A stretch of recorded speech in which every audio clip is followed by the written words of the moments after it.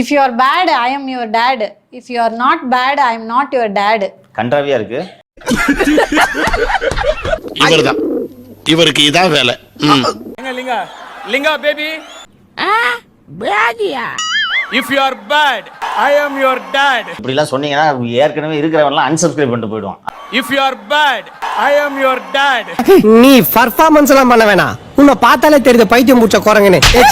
Sir Dhanush அவர்கள் சொன்னாலே உங்களுக்கு கன்றாவே தான் தெரியும். அப்ப அப்படிலாம் இல்லப்பா. அப்பா சீன அறிஞரின் தத்துவங்களை போல நினைச்சுக்கிட்டு நீ பாட்டுக்கு பேசிட்டு இருந்தேன்னா எல்லாம் ஒன்னால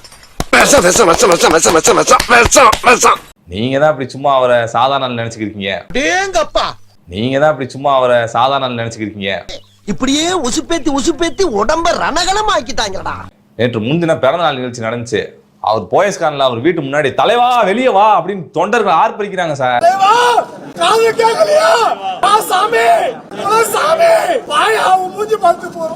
அந்த நாய் கொடுக்குற அல்ப காசுக்காக இவ்வளவு நேரம் வெயில்ல நின்று காலையில இருந்து கூவ வேண்டியதா இருக்கு பாத்தியா.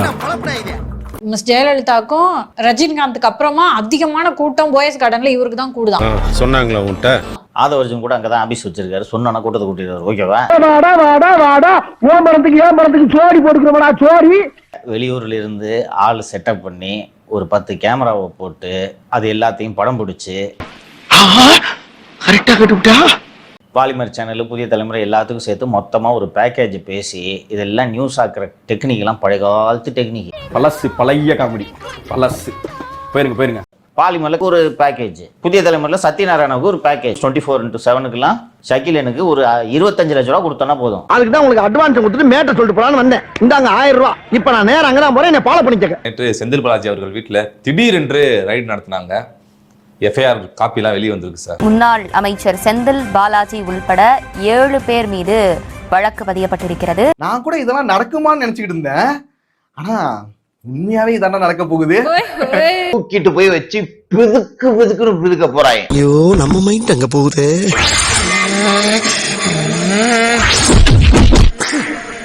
செந்தில் பாலாஜி அவர்கள் நேக்கா கோர்த்துட்டா இருப்பாருங்க. எனக்குன்னு மட்டும் இல்ல, பாப்பீங்க கொஞ்ச நாளா வந்து உதாரணத்துக்கு எங்களுடைய மூத்த அமைச்சர்களா இருக்கக்கூடிய நேரண்ண வேலண்ண உள்ளிட்ட அப்படின்னு போட்டு கொடுத்துட்டானா? உண்மை பூரா சொல்லிட்டாங்க. உதயநிதி ஏன் சுறுசுறுப்பாக செயல்படாமல் சோகமாக இருக்கிறார் என்ற சந்தேகம் உங்களுக்கு எல்லாம் இருக்கும். எங்க ராஜா ஆளும் தெரியாம காலை விட்டோமோ? எனக்கு அப்படித்தான் தோணுது ராஜா. வலதுகரம் லண்டன் போயிடுச்சு. இடதுகரத்தோடு பேசுவதை நிறுத்தி விட்டார். அவன் பேச மாட்டேங்கிறான். அவன் கூச்ச சுபாவம். ஏய் பேசுடா. பேச மாட்டேன். நீ அன்பில் மகேஷ் வந்து தாவேக்காக்கு போறதா இருந்தது. அந்த தகவல்னாலயா? வாயில சுவிட்ட வச்சு வெடிய அடியில வச்சுட்டீங்களா? அரசகுமார் 300 கோடி வசூல் செய்தார். 250 கோடி ரூபாயை ஜனனி என்பவரிடம் கொடுத்திருக்கிறார். அன்பில் மகேஷோட வைஃப்.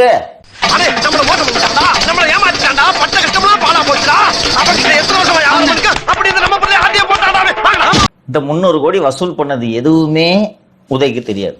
முதுகுல குத்திட்டுல மாப்பிள்ள இல்ல மாப்பிள்ள பண்ணிட்ட நீ எனக்கு. சரி விடு, உனக்கு கெத்து போயிடுச்சு அவ்வளவுதான். நீ கெத்து கிடையாது, நான் தான் கெத்து. நீதிமன்றமே தவிர்க்க முடியாத தலைவர்னு சொல்லிச்சு. யாரு யாருக்கிட்ட விடுற? உடனே சவுக்கு சங்கர் ஆமா நிறைய கதைகள் சொல்வதனால அவர் தவிர்க்க முடியாத தலைவர். அரசியல் கதை சொல்லிதான் அதிபர் திரு சீமான் அவர்கள். உங்க கதையோட பேர் என்னங்க? 50,000 டன் அரிசி கப்பல். ரொம்ப நல்ல பேருங்க. நான் எழுதுன அந்த கதைய யாராச்சும் ஒரு இடிச்சவா என்று சொல்லணும்னு நாயா அலைகிறேன். ஒரு வயற்றுக்க மாட்டேன். நான் இருக்கிறேங்க. இவரை போல கதை சொல்லக்கூடிய தலைவர் தமிழ்நாட்டிலே இல்ல. இது போன்ற கதைகளை சொல்லும் தலைவர் யாராவது இருக்கிறார்களா? அதுதான் அவர் தவிர்க்க முடியாத தலைவர். அவன் நம்மள கலாய்க்கிறான்டா. கூட தெரியல, நீங்களே என்ன கலாய்க்கிறீங்க. அறிஞர் அண்ணாதுரை, கலைஞர் கருணாநிதி. 2001 கருணாநிதியை நள்ளிரவில் வீடு புகுந்து கைது செய்யும்போது வைரமுத்து தமிழை கைது செய்து விட்டார்கள். நடுவுல கமலஹாசன் வந்துட்டாரு. தமிழை கைது செய்து விட்டார்கள். இப்ப அவர் செத்துறாருன்னா தமிழ் செத்துருமா? நான் அவர் தான் தமிழா? யார் அடிச்சா பொறி கலங்கி பூமி அதிர்றது உடம்புல தெரியுதோ அவன் தான் தமிழ். உருட்டுறதுக்கு ஒரு அளவு வேணும். அதெல்லாம் கேட்டு இன்னும் எப்படி உயிரோட வாருங்க. என்ன பண்றது? அவங்க உருட்டி பழகிட்டாங்க, நாங்க கேட்டு பழகிட்டோம். உங்களால என்ன செய்ய முடியுமோ செய்யுங்க. என்ன கதை சொல்லுவாருன்னு சொல்றாருன்னா AK-74 அரிசி கப்பல், 50,000 டன் அரிசி கப்பல். இதெல்லாம் கதையா? கதையெல்லாம் கட்டுமாங்க. இப்படி ஒரு கதை சொல்லும் தலைவரை நீங்கள் தவிர்க்க முடியுமா? வெறும் ட்ரைனிங் கொடுக்கறதுக்குனே கட்சி நடத்துற ஒரு கட்சி எங்கேயாவது இருக்குதா? அப்ப சொல்லு பண்ணி. என்றால் மகிழ்ச்சி, தோற்றால் பயிற்சி. வெறும் பயிற்சியே 18 வருஷமா கொடுத்துட்டு இருக்காங்க. இன்று சரி என்று படுவது நாளை தவறு என்று படும். இன்று சரி என்று படுவது நாளை தவறென்று படும். தினந்தோறும் உதிக்கும் சூரியன் போன்று இவர் தவிர்க்க முடியாத ஒன்று. இப்படி ஒரு சக்தியை தவிர்க்க முடியுமா? சரத்குமாருக்கும் எனக்கும் ஒரே ரத்தம். நானும் தனியரசும் என் மாமா நயினார் நாகேந்திரனும் ஒரே ரத்தத்தின் பிள்ளைகள். தெய்வ திருமகனின் பேரன்கள், பெருந்தலைவர் காமராஜரின் வாரிசுகள்.